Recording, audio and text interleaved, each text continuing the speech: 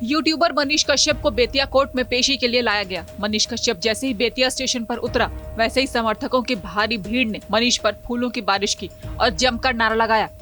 Court खुलने के बाद मनीष कश्यप की पेशी हुई, जिसके बाद जज ने मनीष कश्यप को फिलहाल तमिलनाडु भेजने पर रोक लगा दी। फिर मनीष कश्यप को पटना भेज दिया गया।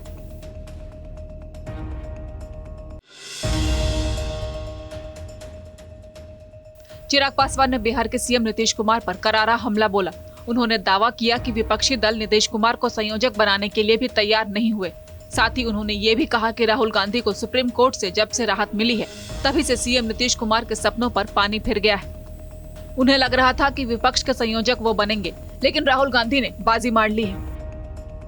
भाई ये चिंता की बात तो उनके लिए और ज्यादा हो गई। भाई ये ऐसे गठबंधन के लोग हैं जो कि एक दूसरे का भला नहीं बुरा ही चाहते हैं, क्योंकि एक दूसरे के सर पर पांव रखकर ही ये लोग आगे बढ़ पाएंगे। तो ऐसे में जब राहुल जी को जब क्लीन चिट क्या मतलब उनकी सजा पे स्टे लग गया है, तो जब स्टे उनको मिल गया है, तो ये मुख्यमंत्री जी के लिए चिंता की विषय हो गया। क्योंकि अभी तक जिस गठबंधन का ये अगवा बनने का प्रयास कर रहे थे, बहुत उम्मीद है भाई। अभी भी इनको बेंगलुरु इसी उम्मीद से भागे गए थे कि भाई नेतृत्व नहीं तो कम से कम हमको संयोजक तो बना ही देगा। लोक जनशक्ति पार्टी रामविलास के अध्यक्ष और जमुई सांसद चिराग पासवान खगड़िया पहुंचे, जहां उन्होंने कोसी कॉलेज के मैदान में जनसंवाद कार्यक्रम को संबोधित किया। इस दौरान चिराग पासवान ने लोकसभा चुनाव को लेकर बड़ा बयान देते हुए कहा कि वो चाहते हैं उनकी मां रीना पासवान हाजीपुर से चुनाव लड़े, क्योंकि उनके पिता के बाद अगर किसी का सबसे पहला अधिकार बनता है तो वो चिराग की मां का है।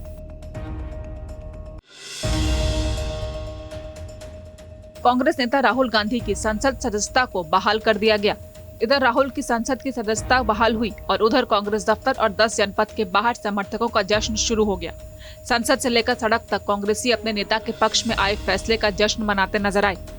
फैसला आने के बाद लगातार पक्ष विपक्ष के नेताओं की प्रतिक्रियाएं आती रहीं, लेकिन सबसे ज्यादा चर्चा में रहा बीजेपी सांसद निशिकांत दुबे का बयान।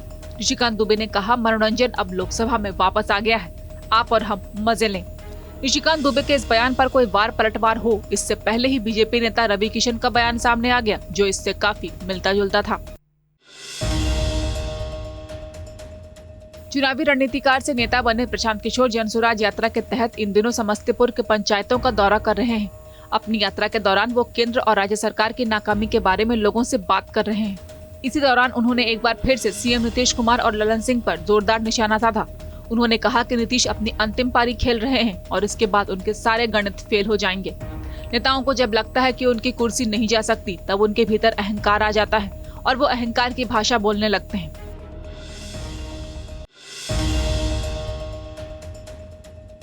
बिहार के मुजफ्फरपुर में स्मार्ट सिटी की खुली पोल, हल्की बारिश में शहर हुआ पानी पानी। बारिश के पानी में डूबा शहर का सदर अस्पताल परिसर में घुटनों तक भर गया पानी।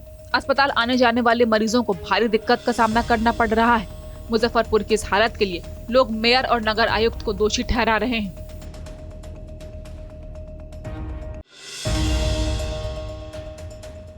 पटना की मद्य निषेध इकाई टीम ने मोतिहारी पुलिस को सूचित किया कि एक ट्रक अवैध शराब की खेप उत्तर प्रदेश के कुशीनगर से बिहार की सीमा में प्रवेश करेगी, जो बेतिया मोतिहारी के रास्ते मुजफ्फरपुर जाएगी। सूचना पर कार्रवाई करते हुए छतौनी पुलिस ने अपना जाल बिछाया और दिन के उजाले में एक ट्रक को पकड़ा। उसमें 1184 कार्टून विदेशी शराब थी। पुलिस ने ट्रक के ड्राइवर और खलासी को गिरफ्तार कर लिया। कांग्रेस नेता राहुल गांधी की सदस्यता बहाल होने के बाद रांची में कांग्रेस नेताओं और कार्यकर्ताओं ने खूब जश्न मनाया। मिठाइयां बांटी गईं, पटाखे चलाए गए। मोदी सरनेम वाले मामले में सुप्रीम कोर्ट ने राहुल गांधी को राहत दी, जिसके बाद उनकी संसद की सदस्यता बहाल हो गई। इसे लेकर देश भर में कांग्रेस कार्यकर्ताओं ने जश्न मनाया। झारखंड कर्मचारी चयन आयोग ने टीजीटी शिक्षक के 26,000 पदों पर भर्तियों के लिए आवेदन मांगे हैं। इन पदों के लिए कैंडिडेट्स 8 अगस्त 2023 से आवेदन कर सकते हैं। एप्लीकेशन फॉर्म आयोग की आधिकारिक वेबसाइट jssc.nic.in के जरिए जमा करना होगा। इन पदों के लिए 21 साल से ज्यादा और 40 साल से कम उम्र के युवा अप्लाई कर सकते हैं।